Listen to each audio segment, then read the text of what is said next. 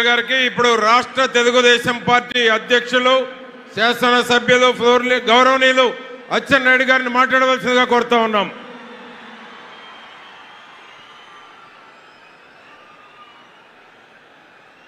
అందరికీ నమస్కారం. ఏమి జనం నా జీవితంలో ఎప్పుడు కూడా ఇంత జనాన్ని చూడలేదు. 5 సంవత్సరాలుగా ఈ రాష్ట్ర ముఖ్యమంత్రి మీద,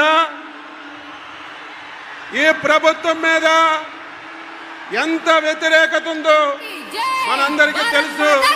అందరికీ నమస్కారం.